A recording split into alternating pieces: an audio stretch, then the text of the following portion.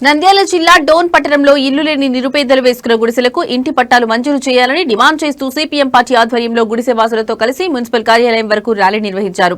అనంతరం జిల్లా కలెక్టర్ ఆధ్వర్యంలో జరిగిన ప్రజా సమస్యల పరిష్కార వేదికలో వారికి వినతి పత్రం అందించారు. ఈ సందర్భంగా సిపిఎం పట్టణ మండల కార్యదర్శులు నక్కి శ్రీకాంత్, రామాంజనేయులు, చిన్న రహిమాన్, ఐద్వా నాయకులు షమీం బేగం మాట్లాడుతూ ఎన్నో ప్రభుత్వాలు మారినప్పటికీ పేద ప్రజల సొంత ఇంటి కల నెరవేరకపోవడం దుర్మార్గమని ఆవేదన వ్యక్తం చేశారు. పాలక ప్రభుత్వాలు అధికారంలోకి రాకముందు ఒక మాట, వచ్చాక మరో మాట మాట్లాడుతూ ప్రజలను మోసం చేస్తున్నాయని వారు విమర్శించారు.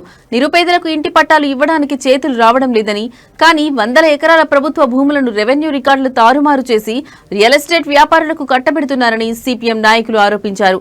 ఎన్నికలకు ముందు ముఖ్యమంత్రి పట్టణ ప్రాంతాల్లో 2 సెంట్లు, గ్రామీణ ప్రాంతంలో 3 సెంట్లు ఇంటి నిర్మాణం కోసం పంపిణీ చేస్తామని హామీ ఇచ్చారని గుర్తు చేశారు.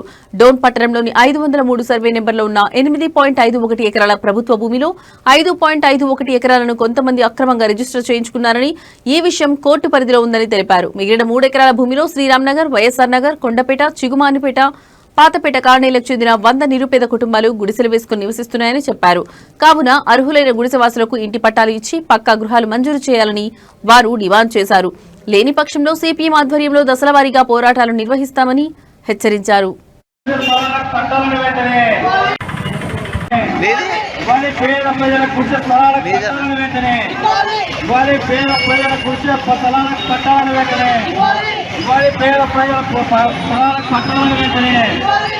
ఇంటి స్థలం ఇచ్చి మంజూరు చేయాలి, పక్క గృహాలను మంజూరు చేయాలి, ఇంటి స్థలం ఇచ్చి పక్క గృహాలను